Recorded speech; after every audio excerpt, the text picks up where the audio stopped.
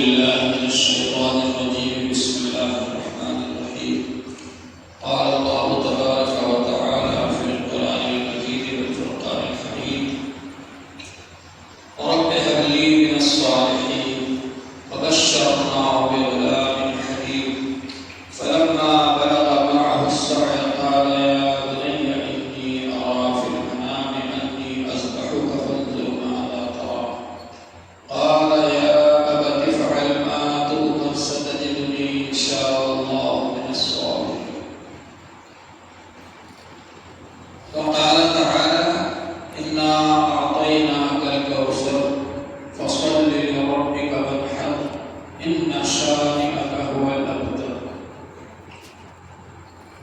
محترم حضرات، اللہ جل شانہ کا بڑا فضل و کرم ہے اور اس کا انعام و احسان ہے کہ اس نے ہم لوگوں کو یہ مبارک عطا فرمایا جس کو عید الاضحیٰ کہا جاتا ہے۔ حضور پاک صلی اللہ علیہ وآلہ وسلم جب مدینہ منورہ تشریف لائے تو آپ نے دیکھا وہاں پر 2 دن لوگ خوشی مناتے ہیں، تہوار مناتے ہیں۔ تو حضور پاک صلی اللہ علیہ وآلہ وسلم نے ان سے پوچھا: ما ھذا الیوم، یہ کیسے 2 دن ہیں جن میں تم لوگ خوشی مناتے ہیں؟ تو لوگوں نے کہا: کنا نلعب فیہما فی الجاہلیہ، اسلام کے آنے سے پہلے جاہلیت کے زمانے میں بھی ہم لوگ ان 2 دنوں کے اندر تہوار مناتے تھے، خوشی مناتے تھے، اس لیے اب بھی تہوار مناتے ہیں۔ تو حضور پاک صلی اللہ علیہ وآلہ وسلم نے ارشاد فرمایا: قد ابدلکم اللہ بہما خیرا منہما یوم الاضحیٰ و یوم الفطر، اللہ تبارک و تعالی نے ان سے بہتر 2 دن تمہارے لیے بدل دیے، ایک تو عید الاضحیٰ ہے اور ایک عید الفطر ہے۔ یہ 2 عیدیں اللہ تعالی نے ہمارے لیے خوشی منانے کے لیے مقرر فرمائی۔ لیکن پچھلے لوگ جو خوشی منایا کرتے تھے اس کی بنیاد ہوتی تھی یا تو کسی کی پیدائش ہو تو اس پر خوشی مناتے تھے، یا کوئی جنگ جیت جائے تو اس پر خوشی مناتے تھے۔ حضرت عیسیٰ علیہ السلام کی یوم پیدائش کو لوگ خوشی مناتے ہیں، عیسائی لوگ تہوار مناتے ہیں، اور جنگ جیت جانے پر بھی خوشی مناتے ہیں۔ لیکن اسلام نے ان دونوں چیزوں پر اور ایسی چیزوں پر جنگ کی عید کی بنیاد نہیں رکھی، بلکہ عید کی بنیاد اس بات پر رکھی ہے کہ اللہ تبارک و تعالی کے فضل سے آپ کو نیک کام کرنے کا موقع ملا، اس لیے آپ اس کا شکریہ ادا کریں اور خوشی منائیں۔ اس پر اللہ تعالی نے خوشی کی بنیاد رکھی۔ چنانچہ عید الفطر کی بنیاد اس بات پر رکھی کہ آپ نے مہینے بھر تک روزے رکھے، تراویح پڑھی، اللہ تعالی نے آپ کو اس کی توفیق عطا فرمائی۔ تو یہ ہے خوشی کی بات۔ تو اس کے بعد جب رمضان کا مہینہ ختم ہوتا ہے، عید آ جاتی ہے اور خوشی منائی جاتی ہے۔ یہ 1 مہینے تک آپ کو اللہ تعالی نے توفیق عطا فرمائی کہ آپ نے روزے رکھے اور تراویح پڑھی۔ تو اسی طرح سے یہ جو عید الاضحیٰ ہے اس وقت خوشی منائی جاتی ہے، کس بنیاد پر؟ قربانی کی بنیاد پر۔ ایک بار صحابہ کرام نے پوچھا: ما ھذہ الاضحیٰ یا رسول اللہ، اللہ کے رسول صلی اللہ علیہ وآلہ وسلم یہ قربانیاں کیا ہیں؟ تو حضور پاک صلی اللہ علیہ وآلہ وسلم نے ارشاد فرمایا: سنت ابیکم ابراہیم، تمہارے ابا جان ابراہیم علیہ السلام کی سنت ہے، ان کا طریقہ ہے، ان کی یادگار ہے۔ تو صحابہ کرام نے پوچھا: فما لنا فیہا یا رسول اللہ، ہمارے لیے اس میں کیا ہے ثواب، ہم کو کیا ثواب ملے؟ تو حضور پاک صلی اللہ علیہ وآلہ وسلم نے ارشاد فرمایا: بکل شعرۃ حسنہ، ہر بال کے بدلے میں ایک نیکی کا ثواب ملے۔ قربانی کے جانوروں میں کتنے بال ہوتے ہیں ہم لوگ گن بھی نہیں سکتے، بے شمار نیکیاں ملتی ہیں۔ صحابہ کرام کو اللہ تعالی جزائے خیر عطا فرمائے۔ ایک بات پوچھ کر کے گئے، انہوں نے پوچھا: اللہ کے رسول، جن جانوروں کا خون ہوتا ہے ان کے بارے میں آپ کیا فرماتے ہیں؟ کیونکہ اون کا رواں بال سے بھی زیادہ باریک ہوتا ہے۔ تو حضور پاک صلی اللہ علیہ وآلہ وسلم نے ارشاد فرمایا بِكُلِّ شَعْرَةٍ مِّنَ الصُّوفِ حَسَنَةٌ، اون میں بھی ہر روئے کے بدلے میں ایک نیکی کا ثواب۔ اللہ کے خزانے میں کوئی کمی نہیں، لینے والے ہونا چاہیے۔ تو اس حدیث میں یہ ہے کہ جب صحابہ کرام نے پوچھا کہ یہ قربانیاں کیا ہے، تو حضور پاک صلی اللہ علیہ وآلہ وسلم نے ارشاد فرمایا سنت ابیکم ابراہیم، تمہارے ابا جان ابراہیم علیہ السلام کا طریقہ ہے، ان کی یادگار ہے۔ ابراہیم علیہ السلام کو اللہ جل شانہ نے اپنا خلیل بنایا تھا، دوست بنایا تھا، ان کے بہت سے امتحانات کیا اللہ تعالیٰ۔ ابا نے گھر سے نکال دیا، لوگوں نے شہر سے نکال دیا، وطن سے نکال دیا، بادشاہ نے آگ جلا کر اور اس آگ میں ڈال دیا۔ یہ سب امتحانات ہیں حضرت ابراہیم علیہ السلام کے۔ 90 سال تک، بعض روایات کے مطابق 86 سال تک کوئی بچہ نہیں۔ اب حضرت ابراہیم علیہ السلام دعا کر رہے ہیں اللہ تعالیٰ سے رب ہب لی من الصالحین، اے میرے پروردگار مجھے نیک صالح بچہ عطا فرما دے۔ اللہ تبارک و تعالیٰ نے فرمایا فبشرناہ بغلام حلیم، ہم نے ایک نہایت نیک صالح اور بردبار، برداشت کرنے والا، ہمت و حوصلے والا بچہ آپ کو عطا فرمایا، اسماعیل علیہ السلام۔ اب اسماعیل علیہ السلام پیدا ہو گئے، اب اللہ تعالیٰ کی طرف سے حکم ہوتا ہے کہ ان ماں بیٹوں کو لے جا کر وہاں چھوڑ کر کے آؤ مکے میں، بواد غیر ذی زرع، ایسی جگہ نہ وہاں آب ہے، نہ وہاں پانی ہے، نہ دانا ہے، نہ کوئی کھانے کی چیز ہے، نہ پینے کی چیز ہے، ایسی جگہ میں لے جا کر چھوڑ کر کے آ گئے ابراہیم علیہ السلام، اور اللہ تعالیٰ سے دعا کی کہ اللہ تعالیٰ میں نے ان کو یہاں لا کر چھوڑ دیا ہے، یہاں کوئی کھانے پینے کی چیز نہیں ہے، آپ ہی ان کی حفاظت کرنے والے ہیں۔ اب اس کے بعد میں جب حضرت اسماعیل علیہ السلام اس قابل ہو جاتے ہیں کہ دوڑ دھوپ کر سکے اور اپنے والد کا سہارا بن سکے، اور والد بھی سوچتے ہوں گے کہ اب یہ میرے بڑھاپے کا سہارا ہے، اب اللہ تعالیٰ کی طرف سے خواب دکھایا جا رہا ہے۔ فلما بلغ معه السعي، جب دوڑ دھوپ کے قابل ہو گئے، چلنے پھرنے کے قابل ہو گئے، تو اب اللہ تعالیٰ کی طرف سے ایک خواب دکھایا گیا ابراہیم علیہ السلام کو۔ خواب کیا ہے؟ خواب یہ ہے یا بنی انی ارا فی المنام انی اذبحک فانظر ماذا تری، اے بیٹے میں خواب میں دیکھ رہا ہوں کہ تجھ کو ذبح کر رہا ہوں، تو بتا تیری کیا رائے ہے؟ تو وہ بھی آخر حضرت ابراہیم علیہ السلام کے بیٹے تھے اور خود بھی آگے جا کر نبی بننے والے تھے، تو انہوں نے کہا یا ابت افعل ما تؤمر ستجدنی ان شاء اللہ من الصابرین، اے ابا جان آپ کو جو حکم دیا جا رہا ہے آپ اس کو کر گزریے، میں قربان ہونے کے لیے تیار ہوں، انشاءاللہ آپ مجھ کو صبر کرنے والوں میں سے پائیں گے۔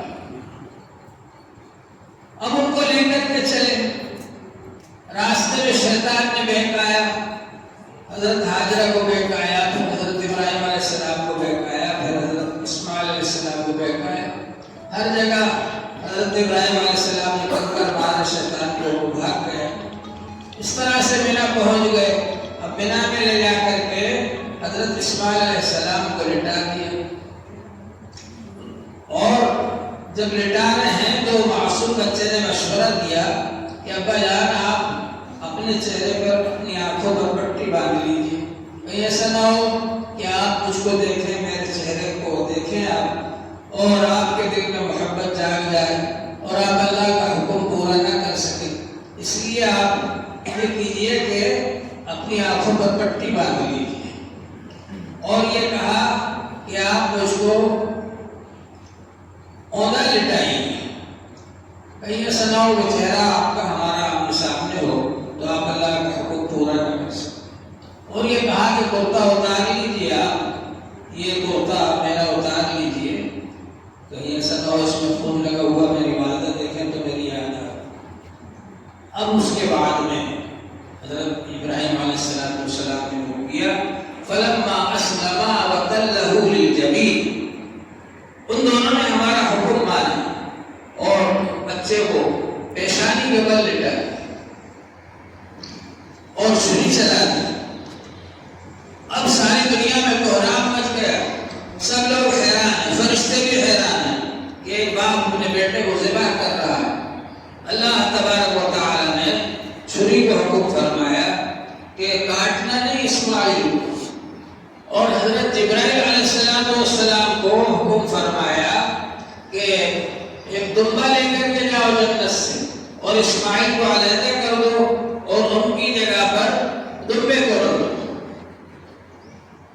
اللہ تعالی نے فرمایا وَفَدَيْنَاهُ بِذِبْحٍ عَظِيمٍ، ہم نے ایک عظیم الشان ذبیحہ ان کے فدیے میں بھیج دی۔ یہ اللہ تبارک و تعالی نے حضرت اسماعیل علیہ السلام کے فدیے میں جنت سے دمبا بھیج دیا، اور اللہ تبارک و تعالی نے ہمیشہ کے لیے یہ دستور جاری کر دیا کہ آپ جانور کو ذبح کرو گے اور جان کا فدیہ ہو جائے گا۔ یہ ہم جیسے کمزور لوگوں کے لیے اللہ تعالیٰ نے آسانی کر دی، اور اللہ تعالیٰ کو تو معلوم تھا کہ ابراہیم علیہ السلام کے دل میں اللہ کی کتنی محبت ہے، اپنے بیٹے سے بھی زیادہ اللہ کی محبت ہے ابراہیم علیہ السلام کے دل میں، یہ تو اللہ تعالیٰ کو معلوم تھا، لیکن اللہ تعالیٰ ساری دنیا کے سامنے اس کو ظاہر کرنا چاہتے تھے۔ ان ھذا لہو البلاء المبین، یہ کھلم کھلا امتحان تھا تاکہ سارے لوگوں کو پتہ چل جائے کہ ابراہیم علیہ السلام کے دل میں ہماری کتنی محبت ہے۔ اب یہ اللہ تعالیٰ نے ہماری آسانی فرما دی۔ حضور پاک صلی اللہ علیہ وآلہ وسلم نے ارشاد فرمایا ما من عمل ابن آدم احب الی اللہ فی یوم النحر من احراق الدم، کہ اللہ تعالیٰ کے نزدیک قربانی کے دنوں میں سب سے محبوب عمل قربانی ہے۔ وَإِنَّهُ لَيَأْتِي يَوْمَ الْقِيَامَةِ بِقُرُونِهَا وَأَشْعَارِهَا وَأَزْلَافِهَا، قربانی کا جانور اپنے سینگوں کے ساتھ، کھروں کے ساتھ، بالوں کے ساتھ اللہ کے دربار میں حاضر ہوگا، یعنی اس کی ہر چیز پر اجر و ثواب ملے گا۔ وَإِنَّ الدَّمَ لَا يَقَعُ عَلَى اللَّهِ بِمَكَانٍ قَبْلَ أَن يَقَعَ عَلَى الْأَرْضِ، اور قربانی کا خون زمین پر گرنے سے پہلے اللہ تعالیٰ کی بارگاہ میں قبول ہو جاتا ہے۔ فَطَيِّبُوا بِهَا نَفْسَكَ، تو خوش دلی کے ساتھ قربانی کرو، یہ سوچتے ہوئے کہ اللہ تعالیٰ نے ہم کو اس قابل بنایا، ہمیں اس کا شکریہ ادا کرنا چاہیے، لہذا خوشی کے ساتھ میں قربانی کریں، بوجھ سمجھتے ہوئے قربانی نہ کریں۔ حضور پاک صلی اللہ علیہ وآلہ وسلم نے ارشاد فرمایا من کان لہ سعۃ ولم یضحِ فلا یقربن مصلاہ، جس کے پاس وسعت ہے، گنجائش ہے، جو قربانی کر سکتا ہے، مالدار ہے، پھر بھی وہ قربانی نہ کرے تو ہماری عیدگاہ کے قریب تک نہ آئے۔ اتنا زیادہ اللہ تعالیٰ اور اللہ کے رسول صلی اللہ علیہ وآلہ وسلم ناراض ہیں اس شخص سے جو مالدار ہونے کے باوجود قربانی نہیں کرتا۔ تو قربانی کا اہتمام کریں، یہ کوشش کریں کہ ہم اچھا سے اچھا جانور قربان کریں اللہ کے لیے۔ حضور پاک صلی اللہ علیہ وآلہ وسلم نے ارشاد فرمایا ہے سمنوا ضحایاکم فإنها علی الصراط مطایاکم، موٹے تگڑے جانوروں کو قربان کرو، یہ خود صراط پر سواری کا کام دے گی۔ تو اچھا سے اچھا جانور ہمیں قربان کرنا چاہیے اللہ تعالیٰ کے لیے، بہترین سے بہترین جانور قربان کرنا چاہیے جو تمام عیبوں سے پاک صاف ہو، صحت مند ہو، تندرست ہو، لنگڑا نہ ہو، لولا نہ ہو، کانا نہ ہو، اندھا نہ ہو، بہرا نہ ہو، بھوکا نہ ہو، کوئی عضو اس کا بیکار نہ ہو، صحت مند اور تندرست جانور ہو، ایسا جانور اللہ کے لیے قربان کرنا چاہیے۔ اس کا ہم اہتمام کریں کہ ہم اچھا سے اچھا جانور قربان کریں، علماء کرام سے مسائل معلوم کرتے رہیں۔ اچھا یہ ہے کہ خود اپنے ہاتھ سے ذبح کریں، ورنہ جس کو ذبح کیا جائے اس وقت آ کر وہاں کھڑے ہو جائیں اور اپنے سامنے ذبح کروائیں۔ حضور پاک صلی اللہ علیہ وآلہ وسلم نے حضرت فاطمہ رضی اللہ تعالیٰ عنہ سے فرمایا قومي فاشهدي أضحيتك فإنه يغفر لك بأول قطرة من دمها كل ذنب. اے فاطمہ آؤ قربانی کے جانور کے پاس کھڑے ہو جاؤ، اس لیے کہ قربانی کے خون کا قطرہ زمین پر گرتے ہی تمہارے سارے گناہوں کی مغفرت ہو جائے. تو اچھا یہ ہے کہ اپنے ہاتھ سے ذبح کریں، ورنہ جس وقت ذبح کیا جا رہا ہے وہاں قریب میں آ کر کے کھڑے ہو جائے. اس لیے کہ اصل تو اس محبت کو قربان کروانا ہے جو محبت ہمارے دل میں مال کی ہے، اس محبت کو قربان کروانا ہے تاکہ ہم اللہ تعالیٰ کے حضور میں یہ پیش کر سکیں کہ اللہ تعالیٰ محبوب ترین چیز، اچھی چیز، پسندیدہ چیز کو میں نے آپ کے لیے قربان کر دیا. اللہ تبارک و تعالیٰ نے فرمایا ہے، حضرت ابراہیم علیہ السلام نے جب قربانی کی تو انہوں نے فرمایا ان صلاتی و نسکی و محیای و مماتی للہ رب العالمین. میری نماز، میری قربانی، میری زندگی، میرا مرنا، یہ سب اللہ کے لیے. اللہ کی دی ہوئی زندگی ہے، اللہ کی دی ہوئی جان ہے، اس کو ہم اللہ کے لیے قربان کر رہے ہیں. جان دی ہوئی اسی کی تھی. حق تو یہ ہے کہ حق ادا نہ ہو. اللہ تعالیٰ نے انسان کا بدن بنایا، اللہ تعالیٰ نے اس میں جان ڈالی، اس لیے صرف اللہ کے لیے ہی جان دے سکتے ہیں، صرف اللہ کے لیے ہی قربانی ہو سکتی ہے. جس طرح سے نماز غیر اللہ کے لیے جائز نہیں ہے، جس طرح سے دعا مانگنا غیر اللہ سے جائز نہیں ہے، ایسے ہی قربانی بھی غیر اللہ کے لیے جائز نہیں ہے. صرف اللہ کے لیے قربانی کی جائے گی، اس لیے کہ جان ڈالنے والا اللہ تعالیٰ ہے، اسی کے لیے جان قربان کی جائے گی. یہ ایک جذبہ ہونا چاہیے ہمارے اندر، اور یہ جذبہ پیدا کرنے کے لیے کہ اگر ضرورت پڑے گی تو ہم اپنی جان بھی اللہ کے لیے قربان کر دیں گے، یہ جذبہ پیدا کرنے کے لیے قربانی کروائی جاتی ہے. اسی لیے علماء نے لکھا کہ جن پر قربانی واجب ہے ان کو قربانی ہی کرنا ہے.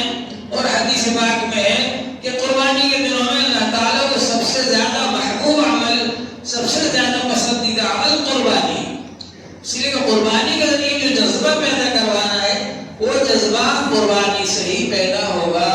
اپنی جان قربان کرنے کا جذبہ یہ قربانی سے ہی پیدا ہوگا، اور یہ جذبہ انسان کے اندر پیدا کروانا ہے اللہ تعالیٰ کو، اس لیے قربانی کروائی جاتی ہے. تو بہرحال یہ قربانی کا عمل یہ بہت اونچا عمل ہے، اس کو ہمیں اخلاص کے ساتھ کرنا ہے، خالص اللہ کے لیے کرنا ہے. اللہ تعالیٰ نے فرمایا لن ينال الله لحومها ولا دماؤها ولكن يناله التقوى منكم. اللہ تعالیٰ کے پاس قربانی کا خون نہیں پہنچتا، اللہ تعالیٰ کے پاس قربانی کا گوشت نہیں پہنچتا، اللہ تعالیٰ کے پاس تو دلوں کا تقویٰ پہنچتا ہے. جس جذبے کے ساتھ، جس اخلاص کے ساتھ، جس تقوی کے ساتھ آپ قربانی کریں گے اللہ جل شانہ اتنا ہی زیادہ اجر و ثواب عطا فرمائیں گے. تو اخلاص کے ساتھ قربانی ہونا چاہیے. یہ نہیں کہ میں نے اتنا مہنگا جانور قربان کیا، 20,000 کا 25,000 کا میں نے جانور قربان کیا، اور اتنا مہنگا بکرا تھا، اور وہ کشمش اور وہ بادام کھاتا تھا اور سگریٹ پیتا تھا اور یہ تھا وہ تھا. شہرت کرنے کے لیے نہیں، اخلاص کے ساتھ اللہ کے لیے قربانی کریں، اس کا اجر و ثواب اللہ تعالیٰ کے یہاں بہت زیادہ ملے گا. جتنا زیادہ آپ کے اندر اخلاص ہوگا اتنا ہی زیادہ اس پر اجر و ثواب ملے گا. تو یہ جذبہ ہمارے اندر ہونا چاہیے. اللہ تعالیٰ نے یہ آسانی کر دی کہ جانور ذبح کریں گے اور ہماری جان کا فدیہ ہو جائے گا. یہ اللہ تعالیٰ نے کتنی آسانی کر دی. حضرت ابراہیم علیہ السلام اور حضرت اسماعیل علیہ السلام کی برکت سے. تو یہ اہتمام کے ساتھ میں ہونا چاہیے.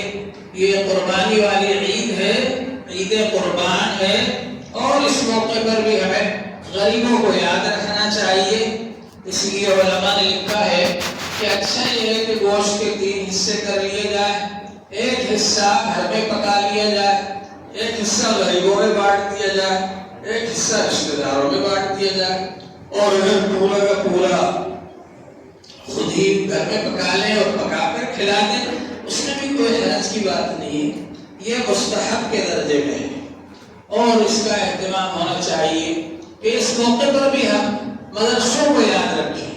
پہلے کھالوں کی اچھی قیمت مل جاتی تھی تو مدرسوں کو اس سے بڑا فائدہ ہوتا تھا اور سہارا لگ جاتا تھا مدرسوں کے خرچ کے اندر، لیکن اب وہ کھالوں کی قیمت تو ختم ہو گئی۔ تو ہم یہ کوشش کریں کہ ہم کھالوں کے ساتھ میں روپیے بھی دیتے ہیں، 200 روپے، 100 روپے، 300 روپے، جتنا چاہیں ایک ایک کھال کے ساتھ دے دیں تاکہ مدرسوں کو اس سے فائدہ ہو۔ یہ جو دینی مدرسے چل رہے ہیں یہ ہم سب کی طرف سے فرض کفایہ کو ادا کر رہے ہیں اور یہ دین کی حفاظت کر رہے ہیں، اور دین کی حفاظت کے لیے وہ حافظین کو کھڑا کر رہے ہیں۔ یہ طلبہ جو حافظ، عالم، قاری، مفتی، قاضی بن رہے ہیں یہ دین کی حفاظت کرنے والے ہیں۔ خدا نخواستہ اگر دین پر کوئی حملہ ہوگا، کوئی دین پر اعتراض کرے گا تو مقابلہ کرنے کے لیے یہ علماء آگے آئیں گے، مقابلہ کرنے کے لیے حفاظ آگے آئیں گے۔ تو یہ جو ہے دین کی حفاظت کرنے والے تیار ہوتے ہیں مدرسوں کے اندر، تو دین کی حفاظت کے لیے ہم کو مدرسوں کی خدمت کرنا چاہیے، مدرسوں کا تعاون کرنا چاہیے۔ ہمارے ماں باپ نے ہمارے لیے کوشش کی تو آج ہم مسلمان نظر آ رہے ہیں، اسلامی لباس میں نظر آ رہے ہیں، اور اگر ہم نے اپنی آئندہ نسلوں کی فکر نہیں کی تو آئندہ نسلوں پر کیا ہوگا؟ چاروں طرف سے کوششیں ہو رہی ہیں کہ مسلمانوں کو مرتد کر دیا جائے، دین سے پلٹ دیا جائے، ان سے دین کی نعمت کو چھین لیا جائے، ان سے ایمان کی نعمت کو چھین لیا جائے، یہ کوششیں ہو رہی ہیں۔ اس کے لیے ہم اپنے بچوں کو دینی مدرسوں میں داخل کریں تاکہ وہ ہمارے بچے ایمان پر قائم رہیں، اسلام پر قائم رہیں، اسلام کی تعلیم حاصل کریں، دین کی تعلیم حاصل کریں، دین کی حفاظت کرنے والے بنیں، دین کی خدمت کرنے والے بنیں۔ یہ مدرسے یہی کام انجام دے رہے ہیں، اس لیے مدرسوں کی ہمیں حفاظت کرنا ہے، مدرسوں کی خدمت کرنا ہے، مدرسوں کا تعاون کرنا ہے ہمیں، تاکہ مدرسے زیادہ سے زیادہ دین کا کام کرتے رہیں۔ علماء کرام کو ڈبل کام کرنا پڑتا ہے، ایک طرف تو پڑھائیں بیٹھ کر کے اور ایک طرف وہ سجدہ بھی کریں، یہ تو ہمارا کام ہے۔ ہم ہر دینی مدرسے میں جائیں اور وہاں جا کے معلومات حاصل کریں اور وہاں پر خدمت کریں ان کی۔ یہ جو بچے یہاں رہتے ہیں یہ رسول پاک صلی اللہ علیہ وآلہ وسلم کے مہمان ہیں، اللہ کے مہمان، رسول پاک صلی اللہ علیہ وآلہ وسلم کے مہمان۔ جس طرح ہم اپنے مہمانوں کی خدمت کرتے ہیں یہ رسول پاک صلی اللہ علیہ وسلم کے مہمانوں کی خدمت کریں، یہاں آ کر معلومات کریں کہ کس چیز کی ضرورت ہے اور اس چیز کو لا کر یہاں پر پہنچانے کی کوشش کریں۔ ماشاءاللہ آپ کا یہ دینی مدرسہ ہے جو کہ عرصے دراز سے چل رہا ہے، 1996 میں اس کی سنگ بنیاد رکھی گئی تھی اور الحمدللہ چل رہا ہے۔ پچھلے سال بھی 150 طلبہ یہاں پر رہے مدرسے کے اندر، ابھی تک داخلے چل رہے ہیں اور 100 سے زیادہ طلبہ داخل ہو چکے ہیں اور وہ حافظ بن رہے ہیں، عالم بن رہے ہیں، قاری بن رہے ہیں، مفتی بن رہے ہیں۔ ماشاءاللہ عالم کا پورا کورس ہے، دور حدیث شریف کا، بخاری شریف کا، مفتی کا کورس بھی ہے اور قاضی کا کورس بھی ہے۔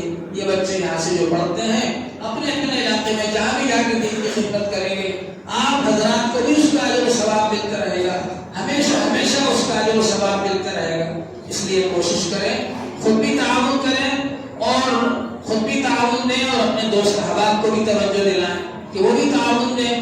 ماشاءاللہ اس مدرسے نے تعلیمی ترقی تو بہت کی لیکن مالی اعتبار سے کمزور ہے، اس لیے اس کی کوشش ہونا چاہیے کہ ہم اس مدرسے کو اتنا تعاون دیں کہ مالی اعتبار سے یہ بھی بہت آگے بڑھ جائے۔ اللہ جل شانہ ہم سب کو نیک اعمال کی توفیق عطا فرمائے۔ وآخر دعوانا